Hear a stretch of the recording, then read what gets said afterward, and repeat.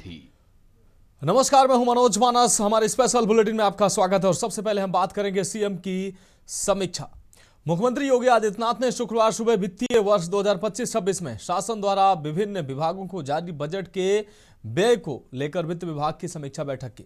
बैठक में वर्तमान वित्तीय वर्ष में विभागों के बजट प्रावधान के सापेक्ष शासन द्वारा जारी स्वीकृतियों, विभागाध्यक्ष द्वारा आवंटन, व्यय आदि की अर्धवार्षिक प्रगति पर साथ ही अधिक बजट प्रावधान करने वाले प्रमुख 20 विभागों का प्रस्तुतिकरण किया गया।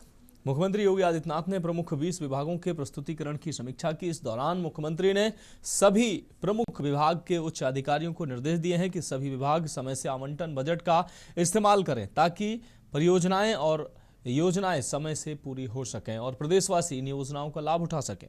मुख्यमंत्री ने कहा कि बजट को समय से खर्च करने के लिए अधिकारी निर्णय लेने का सामर्थ्य विकसित करें। उन्होंने कहा कि जिन विभागों में बजट व्यय की प्रगति धीमी है वह इसमें तेजी लाएं। साथ ही बजट को समय से खर्च करने के लिए हर स्तर पर एक एक अधिकारी की जिम्मेदारी और जवाबदेही तय हो। इसमें किसी भी प्रकार की लापरवाही बर्दाश्त नहीं की जाएगी। मुख्यमंत्री ने कहा कि योजनाओं को धरातल पर उतारने के लिए सभी विभाग के अधिकारी तुरंत निर्णय लें।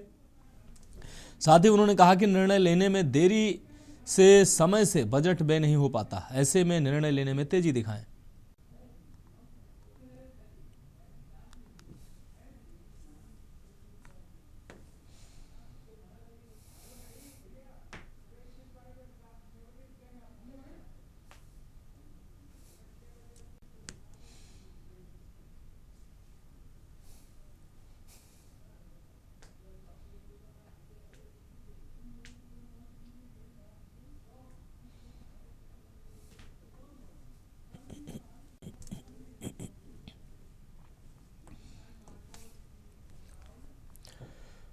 बढ़ेंगे अगली खबर की और अब बात करेंगे मसूरी में खेल महाकुंभ की शुरुआत।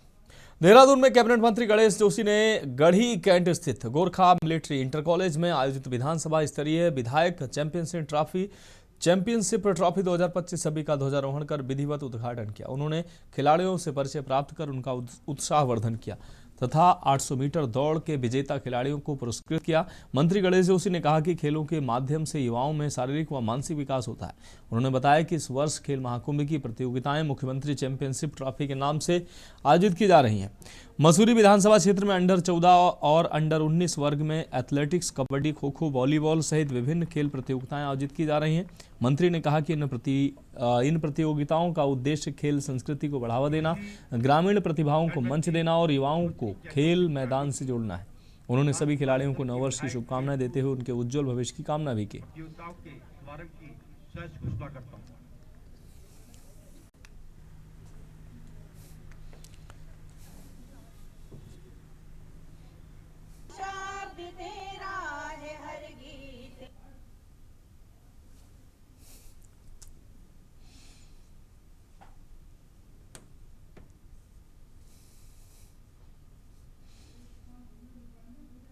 तो खेलों से युवाओं का विकास होगा और खेल महाकुंभ मसूरी में अंडर 14, अंडर 19 की प्रतियोगिताएं आयोजित की गई। एथलेटिक्स, कबड्डी, खो खो, वॉलीबॉल का आयोजन किया गया। ग्रामीण प्रतिभाओं को मंच देने के लिए इन आयोजनों से ग्रामीण खिलाड़ियों को मंच मिलता है। 800 मीटर विजेताओं को सम्मानित किया गया। खेलों से युवाओं का विकास होता है। खेल महाकुंभ अब मुख्यमंत्री ट्रॉफी के नाम से आयोजित किए जा रहे हैं। मसूरी में अंडर 14 और अंडर 19 की प्रतियोगिताएं आयोजित की गई।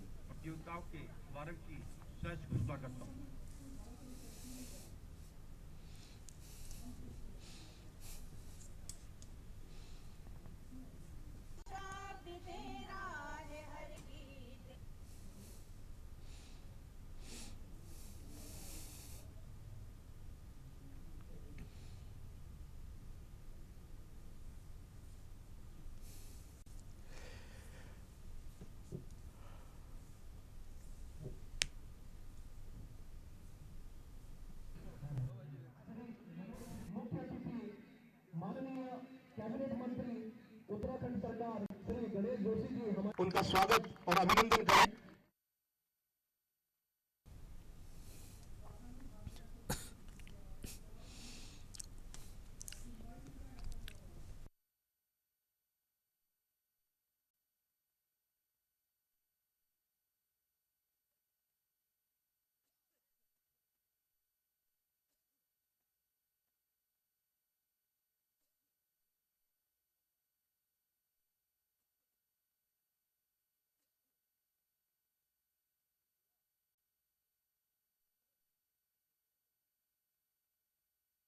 तो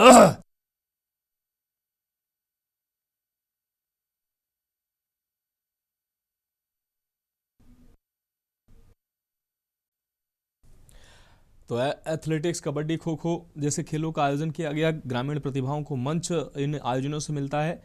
खिलाड़ियों में स्पर्धा की भावना जगते विधायक चैंपियनशिप ट्रॉफी 2025-26 का उद्घाटन किया गया। 800 मीटर विजेताओं का सम्मान किया गया। खेलों सेवाओं को का विकास होता है। खेल महाकुंभ अब मुख्यमंत्री ट्रॉफी के नाम से आयोजित किए जा रहे हैं। मसूरी में अंडर 14, अंडर 19 प्रतियोगिताएं आयोजित की जा रही हैं। एथलेटिक्स, कबड्डी, खो खो, वॉलीबॉल का यहाँ आयोजन किया गया।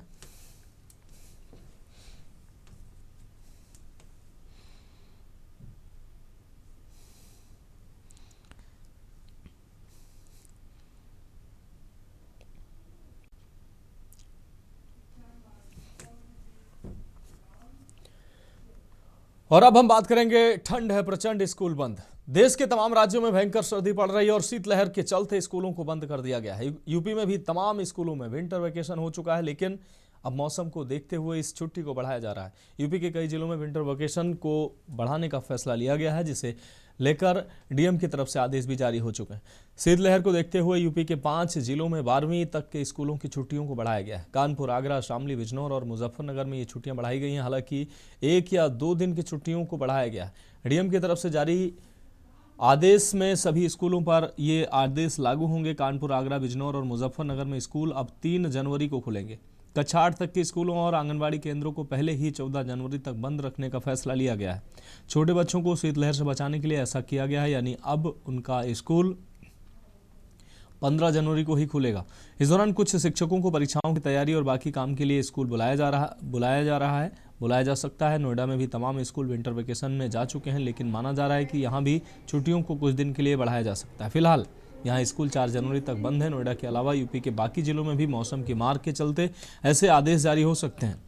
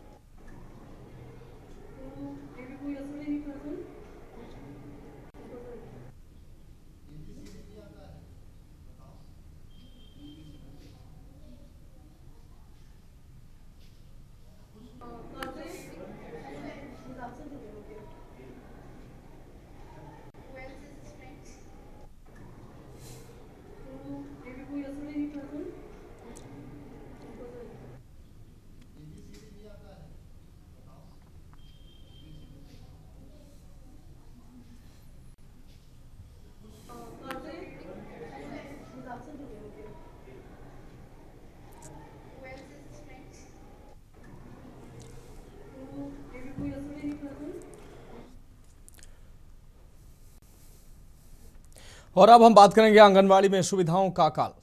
खबर सरगुजा से है, जहां जिला पंचायत सदस्य एवं महिला बाल विकास समिति की सभापति राधा रवि ने आंगनबाड़ी केंद्रों में सरकारी योजनाओं के क्रियान्वयन पर गहरी नाराजगी व्यक्त की है।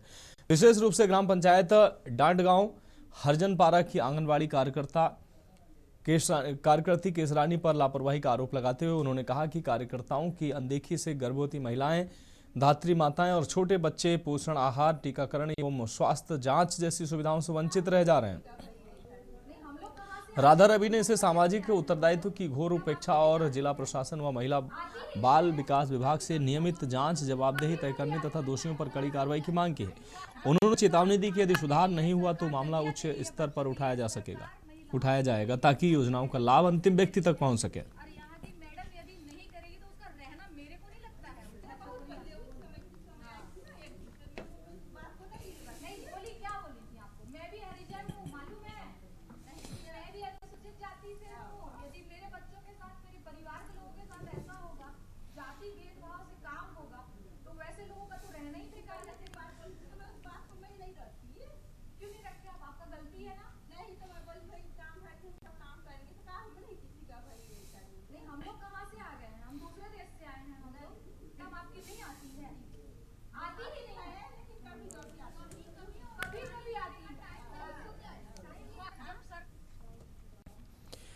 और अब हम बात करेंगे विकास या भ्रष्टाचार, सियासत में उबाल।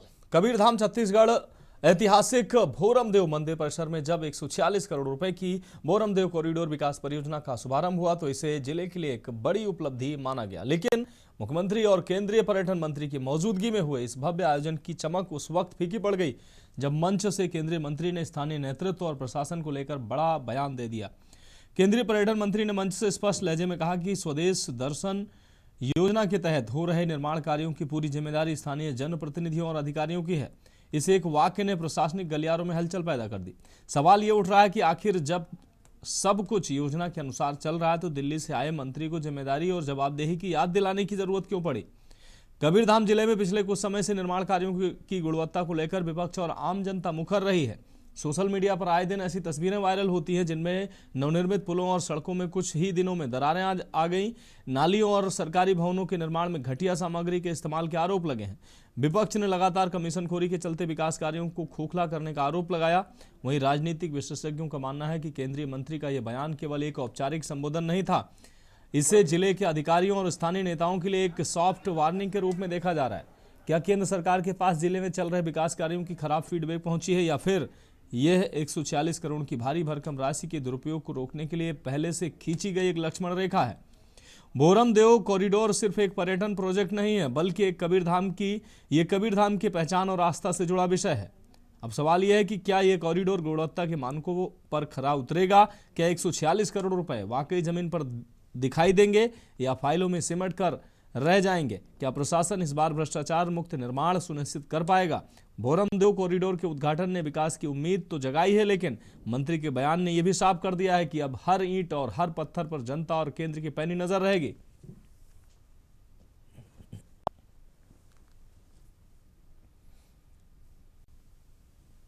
और इसमें जितनी कार्यकारी एजेंसी जो उन सबको भी इस मंच से कहना चाहता हूं, ये सरकार का पैसा 146 करोड़ 148 करोड़ रुपए जो यहाँ पे माननीय प्रधानमंत्री जी के आशीर्वाद से भेजा गया है। आप कल्पना कीजिए कि देश की पूरी जनसंख्या के हर आदमी ने अपनी जेब से एक रुपया निकाल करके इस भोरमदेव महाराज के 148 करोड़ लोगों ने 148 करोड़ रुपए श्रद्धा के समन के रूप में अर्पित किए। इसलिए इसका काम निश्चित रूप से गुणवत्ता के साथ में होना चाहिए। गुणवत्ता में किसी भी तरह का समझौता न हो, इसकी जिम्मेदारी अधिकारियों की भी है और जनप्रतिनिधियों की भी है और जागरूक जनता की भी जिम्मेदारी है कि गुणवत्ता के साथ में काम हो।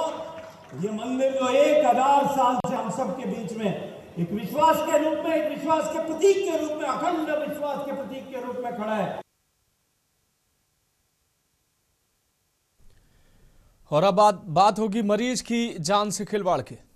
कन्नौज जिले के 100 सैया अस्पताल में स्वास्थ्य विभाग की लापरवाही एक बार फिर उजागर हुई है। छिबरामऊ में जिंदगी और मौत से जूझ रही महिला का इलाज जिस ऑपरेशन थिएटर में होना था वहां हालात बेहद शर्मनाक पाए गए। ऑपरेशन थिएटर में स्टाफ बिना मास्क बिना ड्रेस नजर आया। संक्रमण रोकने के लिए तय मानकों को पूरी तरह से नजरअंदाज किया गया। मरीजों की जान से खिलवाड़ करते हुए सुरक्षा नियमों का मजाक बनाया गया। अस्पताल के सीएमएस से लेकर स्टाफ तक वसूली में शामिल होने के आरोप इन पर लगे हैं। मरीजों और उनके परिजनों का कहना है कि इलाज के नाम पर पैसे वसूले जा रहे हैं। महिला स्वास्थ्यकर्मी ने पोल खोल दी है। एक महिला स्वास्थ्यकर्मी ने विभागीय दावों की सच्चाई सामने रखी। उसने बताया कि अस्पताल में नियमों की खुलेआम अनदेखी हो रही है। स्वास्थ्य विभाग के बेहतर सुविधाओं के दावे जमीनी हकीकत में फेल साबित हो रहे हैं। कन्नौज का ये मामला स्वास्थ्य विभाग की कार्य प्रणाली पर गंभीर सवाल खड़े करता है। जहां मरीजों को सुरक्षित इलाज मिलना चाहिए वहां ऑपरेशन थिएटर ही मजाक बन गया है। आप तस्वीरों में देख सकते हैं ये ऑपरेशन थिएटर है। एक सामान्य वार्ड की तरह यहाँ डॉक्टर नजर आ रहे हैं, नर्सें नजर आ रही हैं। ना डॉक्टरों के चेहरे पर मास्क है, ना वो ड्रेस में है और ऑपरेशन थिएटर में खुला उल्लंघन, खुला मजाक किया जा रहा है स्वास्थ्य और इलाज के नाम पर। तो ये कन्नौज के अस्पताल की तस्वीरें हम आपको दिखा रहे हैं। अस्पताल में ऑपरेशन थिएटर में स्टाफ कितना लापरवाह है। बिना मास्क बिना ड्रेस के ऑपरेशन थिएटर में किस तरीके से मजाक बनाया जा रहा है। जो नियम है, जो प्रोटोकॉल है, जो नियम है, वो नियमों का पालन नहीं किया जा रहा है और किस तरीके से मरीजों की जान से खिलवाड़ किया जा रहा है। हम नहीं सर, नौटंकी नहीं है। हम हमेशा देख रहे हैं चीज कि जहाँ पे काम होता है, फालतू का काम होता है, वहाँ पे काम नहीं बुला के खड़ा कर लिया जाता है। बाहर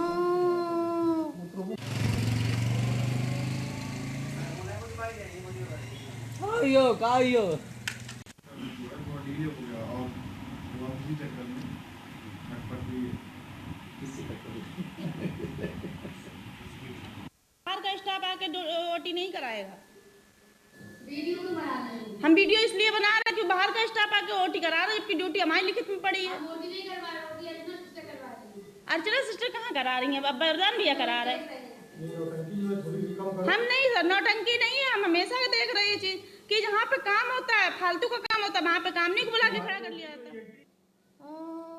महिला स्वास्थ्य कर्मी जो अस्पताल में कार्यरत है उसने पूरी पोल खोलकर रख दी है।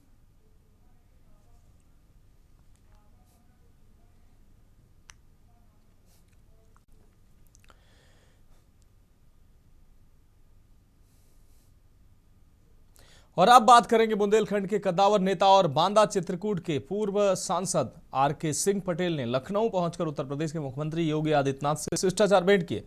इस मुलाकात के दौरान पूर्व सांसद ने मुख्यमंत्री को नववर्ष की शुभकामनाएं दी और चित्रकूट जनपद की एक बड़ी विकास परियोजना को हरी झंडी देने के लिए विशेष धन्यवाद ज्ञापित किया। पूर्व सांसद ने जिला मुख्यालय चित्रकूट करवी को संत शिरोमणि गोस्वामी तुलसीदास की जन्मभूमि राजापुर से जोड़ने वाले करवी बूढ़ा राजापुर मार्ग के चौड़ीकरण के लिए 62 करोड़ रुपए की वित्तीय स्वीकृति दिए जाने पर मुख्यमंत्री का आभार जताया। मुलाकात के बाद आर.के. सिंह पटेल ने बताया कि यह मार्ग क्षेत्र की जनता के लिए एक बहुप्रतीक्षित मार्ग था। मार्ग के चौड़ीकरण से होने वाले लाभ रामचरितमानस के रचयिता गोस्वामी तुलसीदास जी की जन्मस्थली राजापुर आने वाले पर्यटकों और श्रद्धालुओं का सफर अब आसान और सुरक्षित होगा। जिला मुख्यालय से राजापुर की दूरी तय करने में कम समय लगेगा, जिससे व्यापारिक और सामाजिक आवागमन को बढ़ावा मिलेगा। औपचारिक चर्चा के दौरान पूर्व सांसद ने मुख्यमंत्री योगी आदित्यनाथ को धर्म नगरी चित्रकूट आने के लिए आमंत्रित भी किया। उन्होंने कहा कि डबल इंजन की सरकार में चित्रकूट का कायाकल्प हो रहा है और राजापुर मार्ग का चौड़ीकरण इसी कड़ी का एक महत्वपूर्ण हिस्सा है।